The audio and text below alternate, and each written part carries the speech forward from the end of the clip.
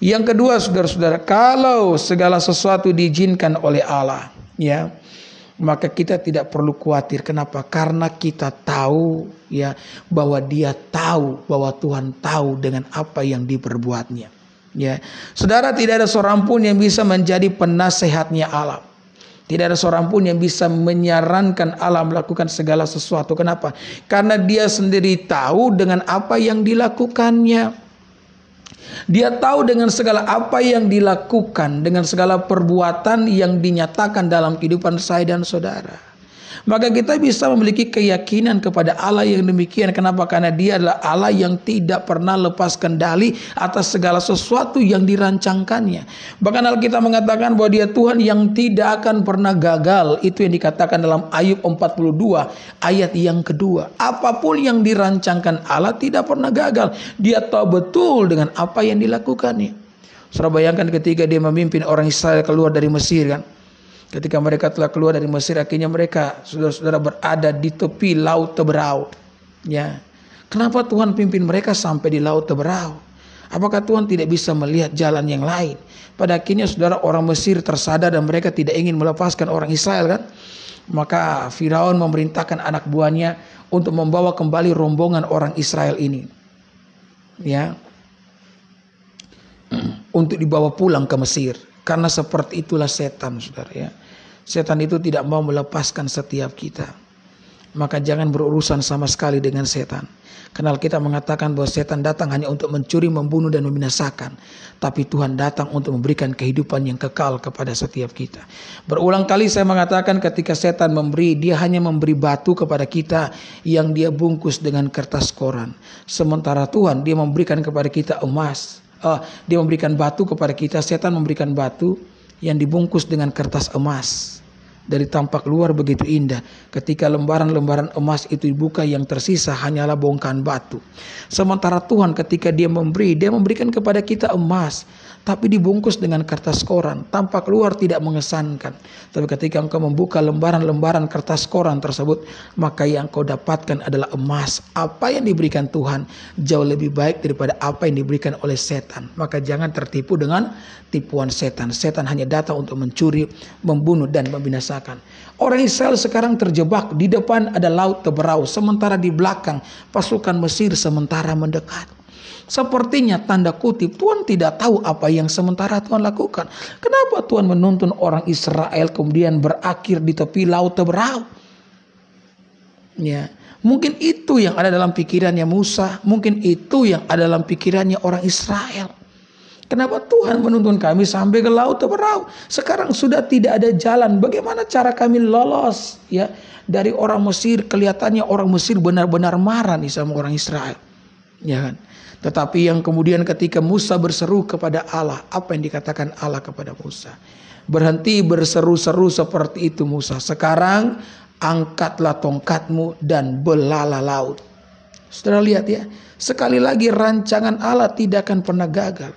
Musa pun mengangkat tangannya dan dia membelah laut, saudara-saudara, ya. Mengangkat tangannya yang ada tongkat Allah itu dan membelah laut. Laut terbelah menjadi dua. Orang Israel pun masuk ke dalamnya, menyeberang, ya.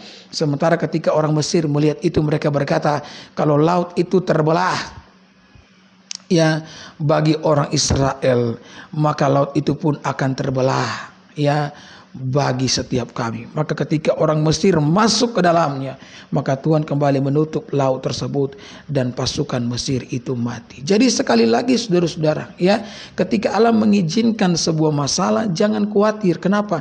Karena Allah tahu dengan apa yang sementara dilakukannya.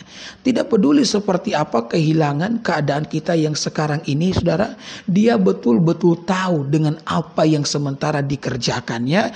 Dia betul-betul tahu dengan apa yang sementara dirancangkannya dalam kehidupan saya dan saudara. Kita mungkin tidak bisa memahaminya saat ini. Kita mungkin tidak bisa, ya, benar-benar, ya, tahu untuk hari ini. Tapi percayalah, ya, bahwa rancangan Tuhan adalah yang terbaik bagi setiap kita. Ada amin? Ya, saya pernah bercerita bagaimana ada seorang bapak yang kehilangan, saudara-saudara, keledai, kuda kesayangannya. Ini kuda satu-satunya yang dia punya, saudara. Kenapa? Karena bapak ini adalah seorang petani. Biasa dia pergi ke kebun, dia naik kudanya ini. Tapi sayang sekali, satu kali kelak kudanya ini hilang. Maka dia mulai berpikir, kemana kudanya pergi? Maka semua tetangga datang dan berkata kepada bapak itu, Pak, ini tanda nasib buruk sementara terjadi kepada bapak. Ya. Kemudian bapak itu berkata, nasib buruk, nasib baik, siapa yang tahu? Tidak ada yang tahu. Ya. Karena Tuhan yang tahu apa yang diperbuatnya. Kalau kita tidak tahu apa yang diperbuat Tuhan, ya yang menjadi bagian kita percaya saja kan. Sudah tahu beberapa hari kemudian ternyata itu kuda kembali. Dan kuda itu tidak kembali sendiri. Kuda itu kembali dengan rombongan kuda liar yang berjumlah kalau tidak salah 20 ekor kuda. Saudara. Maka yang tadinya bapak ini punya 1 ekor kuda, sekarang dia sudah punya 21 ekor kuda. Jadi ternyata kuda ini pergi ke hutan begitu, kemudian dia di hutan dia ketemu dengan kumpulan kuda liar ini, dan entah bagaimana dia mampu saudara-saudara ya membawa rombongan kuda liar ini datang ke rumah nih bapak, sehingga nih bapak yang tadinya hanya punya 1 ekor kuda sekarang punya 21 ekor kuda. Lihat ya, Tuhan mengizinkan sebuah kehilangan kecil karena Tuhan berencana untuk menambahkan sesuatu yang lebih besar. Hanya Dia yang tahu apa yang Dia perbuat dalam hidup kita. Dan saya mau beritahu bahwa rancangan Tuhan tidak pernah gagal. Jadi sekali lagi ketika engkau diizinkan mengalami sebuah pergumulan dalam hidupmu, percayalah, jangan khawatir karena Tuhan tahu apa yang Dia perbuat. Ya, maka sang anak dari petani itu begitu senang kan, dia dapat banyak kuda, maka dia menaiki salah satu kuda liar. Nah, kuda itu tidak boleh sembarang dinaiki, ditunggangi. Kuda yang bisa ditunggangi adalah kuda yang sudah dilatih, Bapak Ibu. Kalau kuda itu tidak dilatih untuk ditunggangi, bahaya. Maka saking senangnya dia punya kuda kan, dia mulai naik kuda tersebut ya, maka kuda itu menyeret ya anak muda itu. Kemudian dilemparkan, dihempaskan ke udara. Anak muda itu jatuh, kaki kanannya patah. Menyedihkan ya. Maka kembali tetangga pun datang dan berkata, Bapak, ini tanda nasib buruk.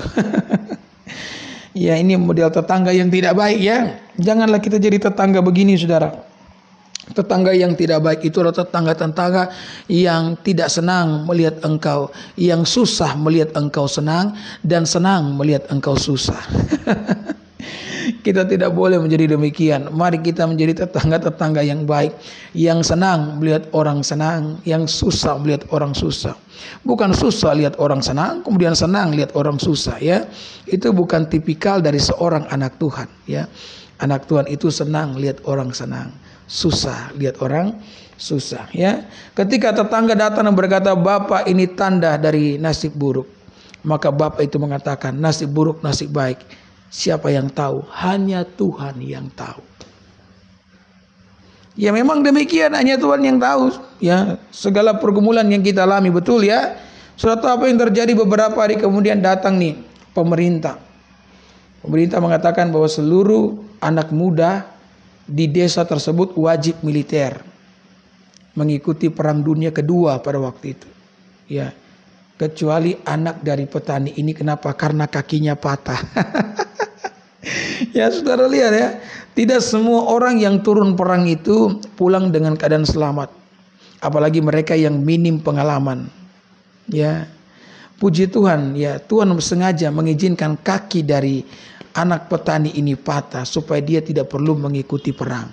Nasib baik, nasib buruk, siapa yang tahu? Mari saudara, hari ini percaya bahwa apapun yang Tuhan izinkan terjadi, ya Tuhan tahu apa yang Dia lakukan, sehingga kita bisa menyandarkan kehidupan kita kepada Allah yang setia itu, tanpa perlu mengkhawatirkan kehidupan kita, karena biar bagaimanapun apapun yang sementara terjadi, kita sementara berjalan di dalam rencananya Allah.